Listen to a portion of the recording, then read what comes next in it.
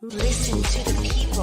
Listen to humanity. Listen to the parrot. Parrot TV. Parrot TV. Parrot TV.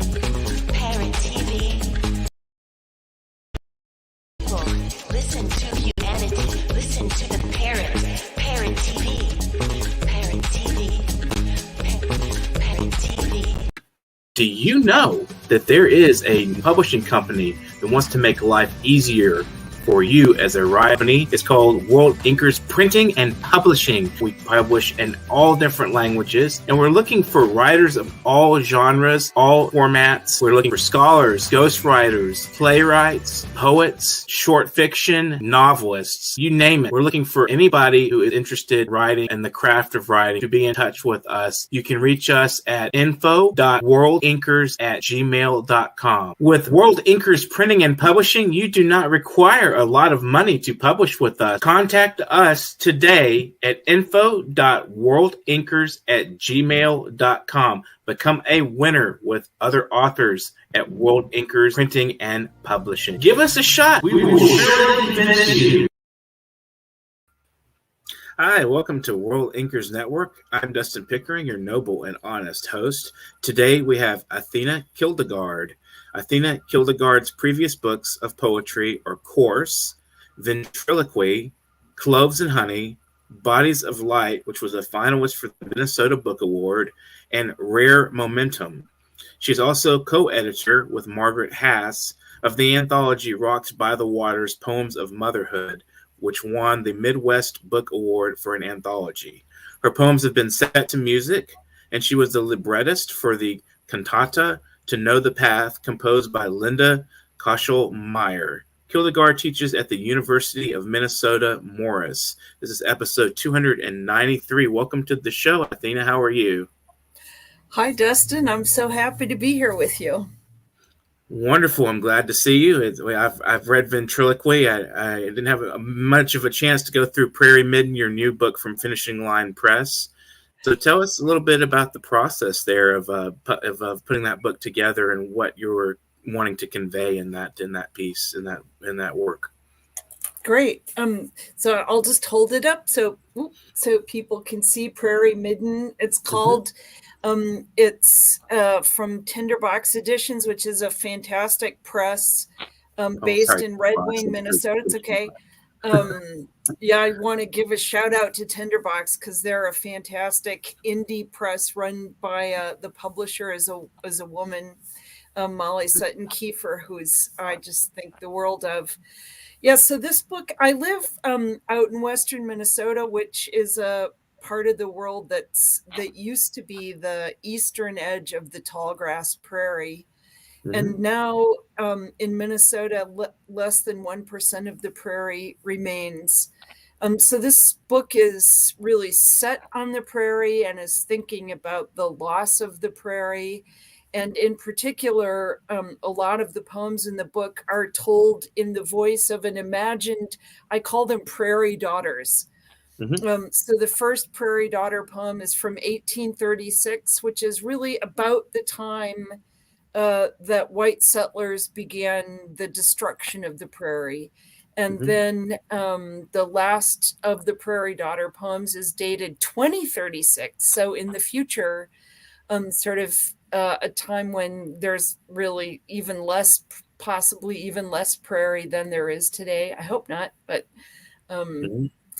You know, you never know what's going to happen. So a lot of the book was written out of research that I did in the Gale Library, which is the research library in the Minnesota History Center, located in St. Paul. So that's sort of a general overview of the book. Interesting. So how would you say place factors into a work of art, especially poetry? I know there's a lot of different ways you can approach poetry with certain kinds of focus. Would you say place is prominent in this book? Oh yeah, place absolutely matters. So really, I mean, the prairie is a huge sweeping mm-hmm. part of central North America, right? So it starts down in Texas and goes up into into Canada. And so in some ways the prairie is, it has qualities that are different depending on where you are in the prairie. But at least out here in Minnesota, and this is true in the eastern Dakotas and Iowa, this is a part of the world that the prairie was dug up in order to be turned into agriculture. And today that's mostly corn and beans. So it's also, a part of the world that used to have a lot more population. And with the starting in the early 1900s, but especially the second half of the 20th century, people have abandoned rural areas and moved to urban centers. So it's changed quite a lot, right? Never mind supporting an incredible variety of cultures who lived on the prairie before white settlers showed up. Right. Absolutely. It's a very different lifestyle we're living now than as opposed to a more, natural environment, which I think both can have their benefits and both can have, some things problematic. But I wish we had more of the nature, like I feel like I'm living in Houston. So I do feel like the metropolitan areas are like so rife with just confusion and congestion and all kinds of, you've got the pollution, the air quality is not as good. It's very sickening sometimes to go outside and everyone's wanting to trim everything and you don't have any just free feeling, just to go out and enjoy and be amongst nature. Yeah. Is that something you enjoy, just kind of like a nature walk, or just enjoying the natural habitats of some areas that you live in? Yes, I do. Yes, and I love the when I can get to a remnant prairie or to a restored prairie. I like being in those spaces very much, and I'm fortunate because my husband and I own a property north of Morris that's sort of right on the edge of the oak savanna. So it's not totally flat, and there are some wetlands. So we restored one of the wetlands a few years ago, and that's been very exciting to be part of that, to sort of be very present in the natural world and see what's happening out there. Yeah, the Japanese have this thing called nature bathing. Do you know about that? I've never heard that phrase. No. Yeah, it's sort of because we've become more and more aware how we hunger after the natural world, right? And we feel different, I think, about ourselves when we're out in the natural world. And the Japanese, recognizing that, have created parks where people can participate. It's called nature bathing. Oh, Just wow. getting Nice. out in the natural world, even for a little while, even if it's only 10 minutes, it can make a Absolutely. big difference. Yeah, it's very, I like the color green. I like being around green and lush green and the feeling of, you see a lot of trees and grass and then flowers and stuff. The colorfulness of it. It's very beautiful. And it's enriching, I think, to be in a relaxing, really, and to breathe the fresh air, definitely. Yep, it's Well, really true. I noticed an epigraph, or two epigraphs actually, at the beginning of Prairie Midden, and one of them was curious to me, and because I read through some of the collection. The first one, Paula Mihan. Why did you choose that epigraph, and what does it say about the collection from your perspective? Yeah, so this is Paula Meehan is an Irish poet, and this comes from a poem. So the word prairie comes. The original idea of prairie was just a sort of grassy area, not necessarily the way we've come to think of prairie today. But this comes from her poem called "Death of a Field." Who amongst us is able to number the end of grasses, to number the losses of each seeding head? It's a beautiful line. Of course, we can't number the loss of grasses, and this idea of the importance of grass to us. I don't think you can think about that without thinking about Walt Whitman.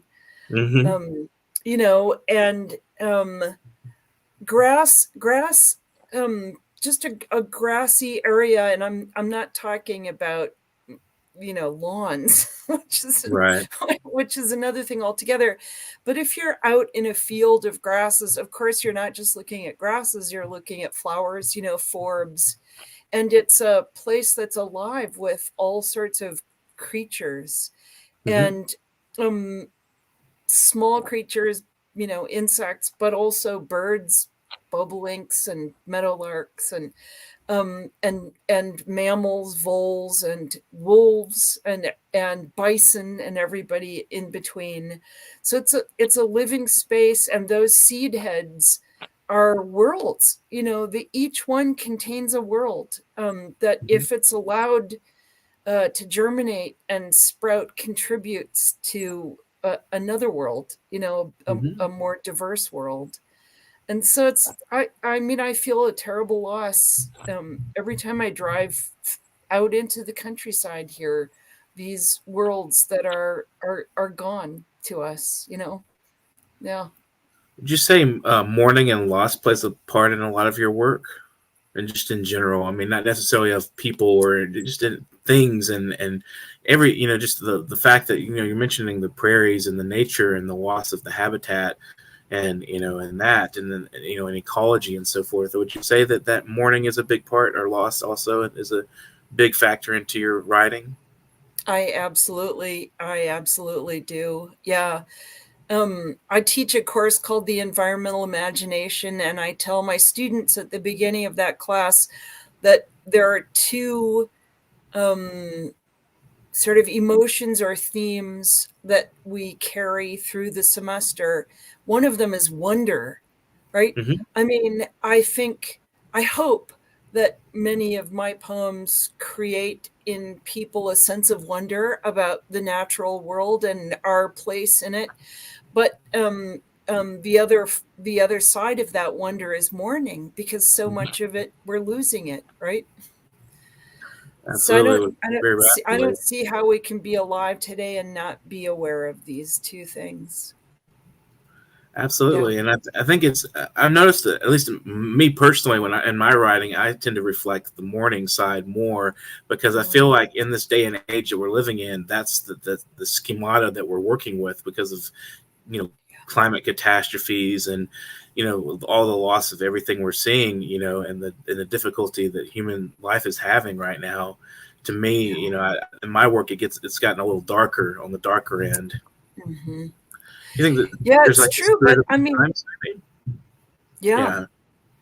Yeah, no, it's totally true. But I mean, I think you can only experience mourning if you simultaneously experience wonder, right? Because how can you understand the absence of what you've lost unless you have valued the thing when it was here, right? And I think that's part of what's behind this book, is a terrible sense that most of us have no idea what we've lost, and so, Well, and maybe as we a haven't result, we can't experienced it. really mourn it. Right. We So haven't really experienced the depth of, the wonder of the expanses as much. And, I mean, it seems like that's part of the problem, is people just take for granted what's immediately in front, and they don't right. know that there was something that was built here before we built our cities, and, whatever, our roads and sewers and everything. Before that, there was something here. And I think about it, fairly often myself. Hmm. And I agree with you. It's very sad, and we take it for granted that this is just what we live in. Hmm. Yeah. Yeah. Yeah. So, what was your writing process like for this? I mean, you said you did a lot of research and stuff. I mean, would you sit at the library and take notes and then write some poetry, or how did you go about with that? Yeah, no, that's definitely part of it. So I went into this project with the idea that I would find women. So I mean, my focus is really on white settlers, because that's who I Mhm. am. I would find women writing about the prairie, and so much of nature writing about the natural world, has been done by men up until really the 20th middle of the 20th century. And I had this idea that I would dig around in the archives at the Minnesota History Center, and I would find diaries or letters. I would find women writing about the prairie. And I didn't. Wow. So that was, Hmm. in once I realized, once I came to terms with that, I realized, of course, I didn't find that, because women's lives were so circumscribed by the indoors and by the close outdoors, right? So if you look at women's diaries from the 19th century, what you have is laundry, or you have baked 3 oatmeal cakes. Somebody had written this in their diary: baked 3 oatmeal cakes this morning, took one to Dr. So-and-so in the afternoon. Hmm. Or, the doctor came to visit, this child has the whooping cough, or whatever it is. So their lives were very contained, Hmm. and in order to write about the natural world, you have to go out in it, and you have to know something about what you're looking at. And that was possibly not that available to Hmm. to average women living out on the prairie. So I really had to change the focus of my work. And so I began to sort of think about who were these women, and what were their lives like, and how do you hold that up against this fact of the world beyond them disappearing. I mean, so it was Interesting. their husbands mostly who were going out, with their plows, and ripping up the prairie and replacing it with, for a while, wheat. They Mhm. planted wheat at first, and then eventually alfalfa, and then corn and soybeans. And then the Right. women are indoors doing the things they're doing. So, so that's really how the project unfolded. And so I have poems that are spoken in the voices of these daughters, and then poems of me addressing the prairie daughters, and then there are found poems, things that I uncovered in my research that I just sort of shaped into poems. I didn't change the language. So those Hmm. make up the bulk of the poems in the book. Interesting. So, why Mhm. the title Prairie Midden? What does that mean to you? Yeah. So it's interesting. I chose the title because I'm fascinated by middens, which are the archaeologists love middens. Middens were the place on the edge of a settlement where people threw the stuff they didn't want. So if a pot broke and was no longer usable, they would throw the shards into the midden. And as a result, middens are a place where archaeologists can get a sense for how the average person lived their life. Whereas often archaeological digs focus on the tomb or the temple or the place where the wealthy people, people higher up in the social hierarchy lived. Middens revealed something about the average person's life. So that's where that title came from. And I just think, oh, what's happened to the prairie? It's been cast aside in the way that broken shards were Oh, cast wow. aside in early cultures. So That's the it serves title. as a big metaphor. That's interesting. How do you think the work itself evolves into that to sort of to display that theme? Oh, that's such a great question, Dustin. I mean, so I guess I hope that the Prairie Daughter poems, um, which were this is going back to your earlier question, which I maybe didn't fully answer, but the Mhm. Prairie Daughter poems depended on my research. I mean, I was uncovering facts about people's lives, and vocabulary and other things, that allowed me to write those poems. So those poems are really, I hope, doing what archaeologists do with a midden. You know, you uncover a layer and you try to read what's there to make sense of people's lives. So those Prairie Daughter poems are kind of doing that work.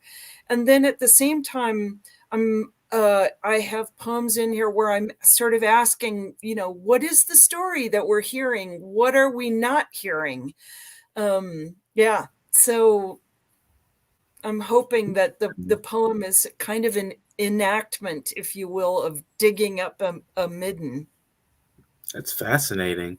So unearthed, I mean, in the poetry, since it's the business of language, you know, did you find any interesting technicalities of language from those eras that you've researched?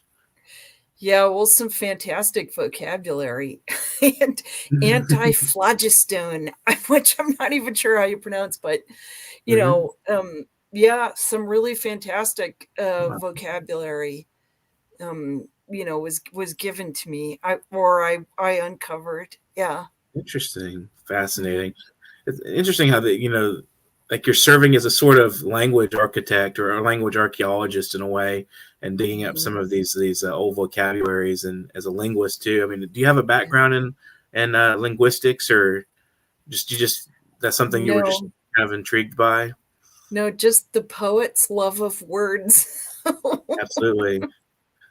Yeah, and you know, the other thing is the words for the plants and creatures on the prairie are so marvelous. So I tried to get some of that language. You know, the naming of what's out there is an important part of the book too.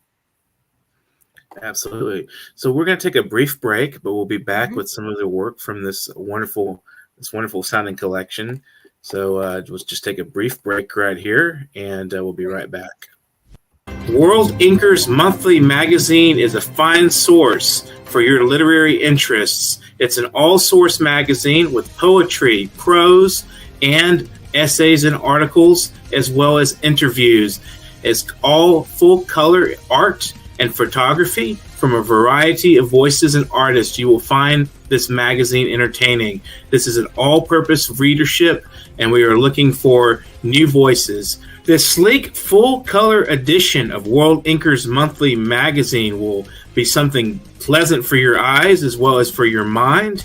And we're looking for authors for one book promotion in the magazine. If you're a business, we want to promote your business. You may submit your book reviews, your academic or non-academic articles on the humanities and the arts, as well as your literary writing and creative output to publication.worldinkers@gmail.com. World Inkers Monthly Magazine does not spare any ink. Keep inking for World Inkers Monthly Magazine.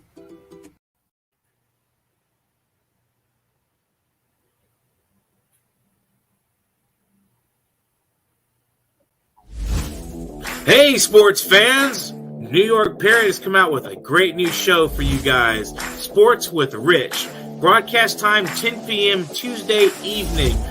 Rich Mancuso with Robert Rizzo as a co-host.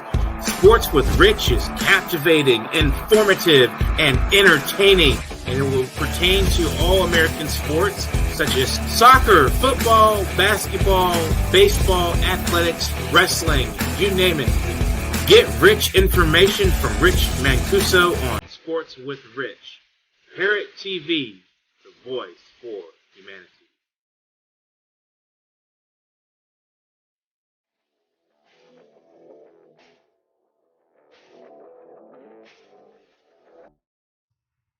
Welcome back to World Inkers Network. I'm Dustin Pickering. Today we have Athena Kildegaard, who's going to read us some poetry from her latest collection, Prairie Midden, and maybe a few others if she'd like to. So thanks for joining us today, Athena. Great. Thank you, Dustin. I'm so happy to be here with you. So you can pick a poem if you would like. All right, great. So I'll just read one of the earlier Prairie Daughter poems. This one is called Prairie Daughter 1869. We ate buffalo hump and onions because Mama and Papa brought them in from out there. How do you carry hunger How do you hear the grass churn all day and not think of the railroad, the steady churn, churn, churn? If you watch the wheels close in, they turn backwards. Seems we're going that way too, with a failed crop and the search for onions growing wild by the creek. All day I kept the smalls in line and watched for Mama and Papa, wiped my hands on my apron. Mama told me where to put my hands to be a lady. The chickens curtsied when I reached in the straw. How to carry hunger to the stream, dip it, promise it, follow it. At night, sometimes I woke myself with my hands, haunted myself past loneliness. Mama'd declare me lost if she knew how to listen to wind's hunger and not despair. I love that last one. Thank you. The history of people trying to live off the land is kind of uneven, right? I mean, there are times of richness and bounty, and then times when you're digging up onions by the creek, you just never know what it's going to be like. So of course we know about the grasshoppers. So here's a poem from a few years after the one I just read. So this one is a Prairie Daughter poem, 1877. Mama and the Smalls mixed up bowls of bran and molasses to attract the grasshoppers, and arsenic to kill them. All of the molasses we'd said would make February tolerable. Whole tribes of grasshoppers settled on Papa's one saddle, ate the tooled surface right down to the pressed wool.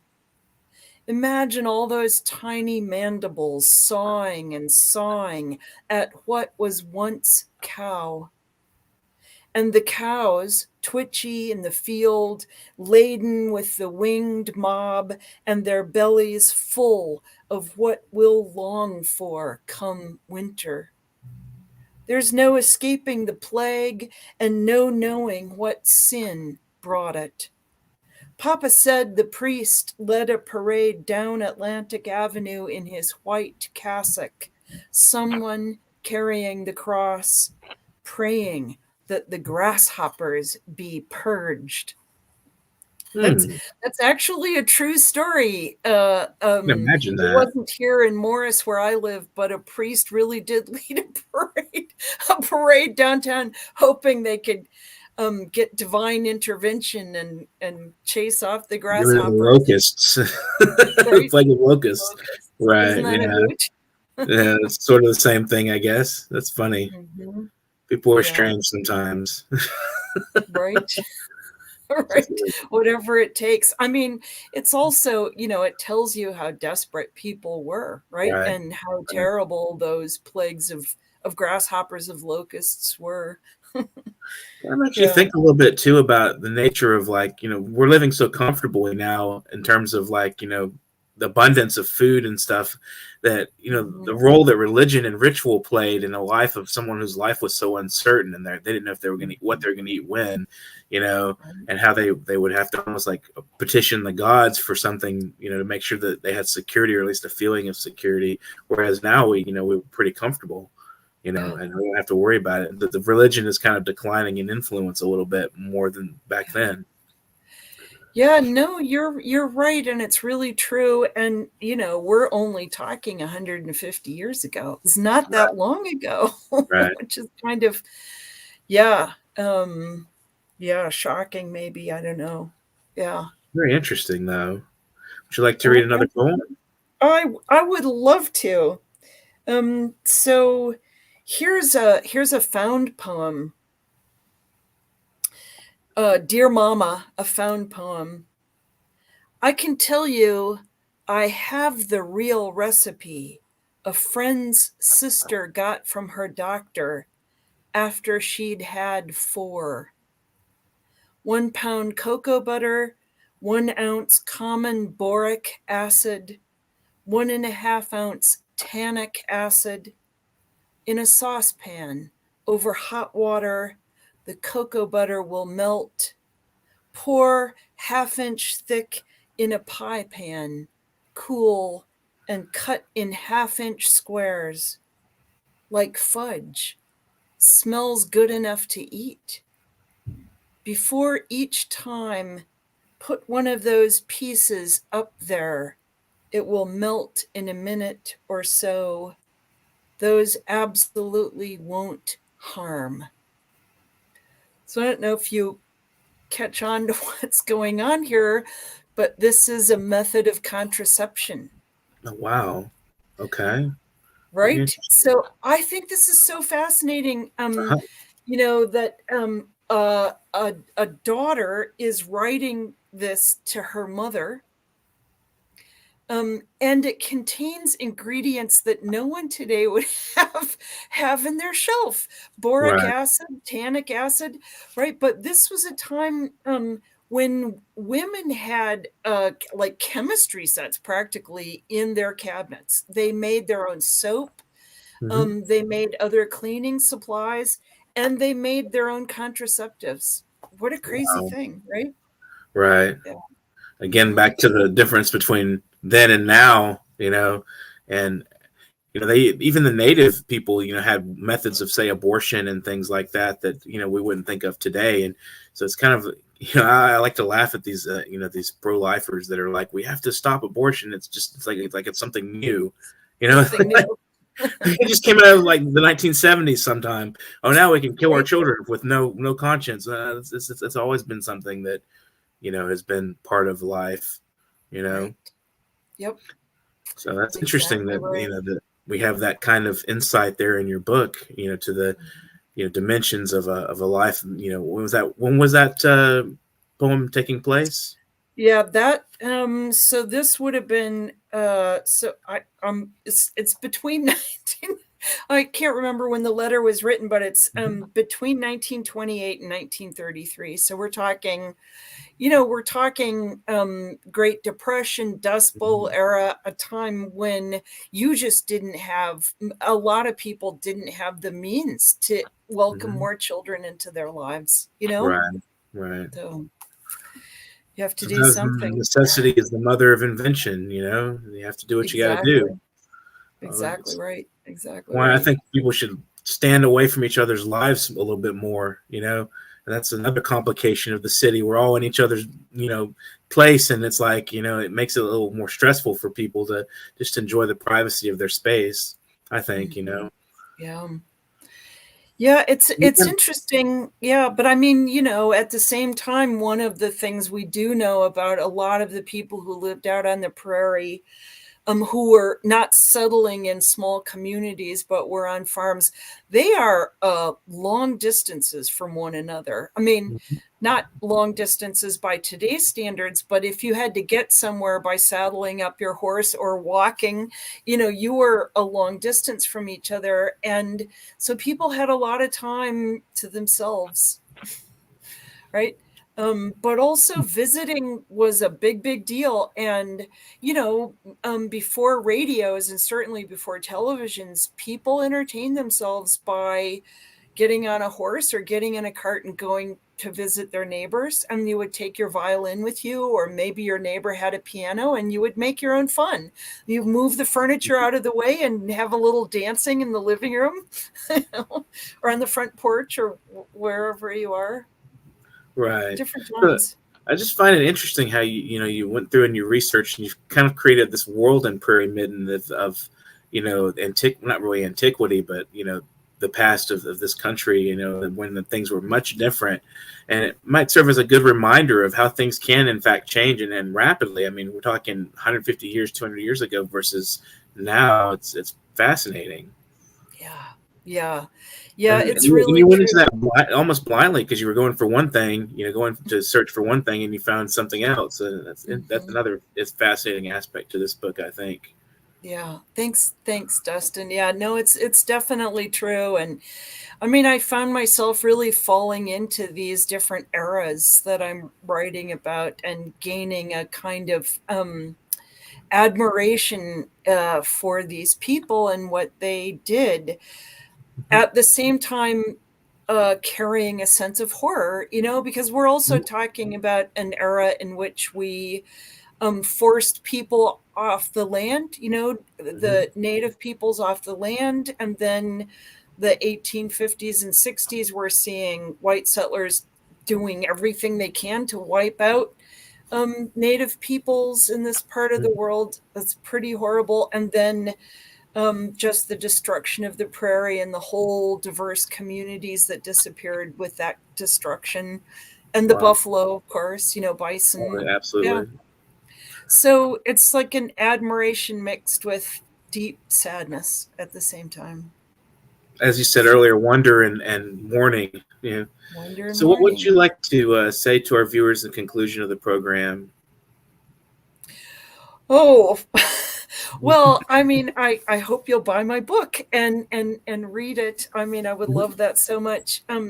But also, I think these habitats that many of us live near or on, former habitats, we want to do what we can to preserve them. And so I hope people will take a minute to join the National Resources Defense Council or send money to the Fish and Wildlife Service or whoever it is in your backyard who is doing what they can to save these kinds of places, endangered places. Yeah. Good advice. So, would you like to share any shout outs or thank yous to fans, family, supporters? Totally. Well, I want to thank Molly Sutton Kiefer and Tenderbox Editions for believing in this book, and thank you to my family who have sort of followed me on this path of writing and who love the prairie, I think, as much as I do. And from that point of view, I especially want to thank some of my prairie teachers. One of them who is no longer with us, Paul Gruco, a great Minnesota essayist. And then some of my prairie teachers, Margaret Kuchenreiter, who is a biologist and a plant knower who's taught me a lot about the prairie, and Sally Finzel, who owns a nursery, a native plants nursery here in Morris, and has also taught me a lot about the prairie. So I want to thank them. Well, thank you. And thank you for joining us today. And good luck with the book. Hope to see that out in people's hands and give them some contemplation on things and a little perspective. Great. Thank you so much, Dustin. And thank you for making space to think about this today. It gives me a lot of pleasure. Thank you. And if you know anybody else who would like to join us on the show, just pass our info along. We'll get them on here and we'll talk a little bit about their work as well. I will do that. Thanks, Dustin. Thank you. You've been watching World Inkers Network. And remember, you can subscribe, like, share, and comment during the program. And we want you on our YouTube station and subscribing to that station. And if you're watching today and you haven't subscribed, please do. And remember, we can take your financial support, any amount you wish, small or large, at paypal.me/nyparrot. That's paypal.me/nyparrot. And you can also get in touch with me, Dustin Pickering, if you'd like to be a guest on this show. We'd love to hear from you. And that would be my email would be literarycorner@newyorkparrot.com. And you can send a bio, a paragraph form, a headshot of yourself, and some sample works. We are looking for not just poets, but all kinds of writers and creative minds, artists and musicians as well. If you're writing your memoir, if you're writing a biography, if you're writing short fiction or a novel, anything you're doing, academics, whatever you're doing your research project on, come and get in touch with us at literarycorner@newyorkparrot.com. And I definitely want to hear from you at that email. My name is Dustin Pickering. So without further ado, if you guys out there haven't been doing any reading or writing today, keep a lookout for World Inkers magazine. That'll give you something to read. We have a special women's issue coming up. for Women's Month. So definitely take a look for that. And if you haven't been writing, get to writing. We'd love to hear from you. Hey, sports fans! New York Parrot has come out with a great new show for you guys, Sports with Rich. Broadcast time 10 p.m. Tuesday evening. Rich Mancuso with Robert Rizzo as a co-host. Sports with Rich is captivating, informative, and entertaining, and it will pertain to all American sports such as soccer, football, basketball, baseball, athletics, wrestling, you name it. Get rich information from Rich Mancuso on Sports with Rich. Parrot TV, the voice for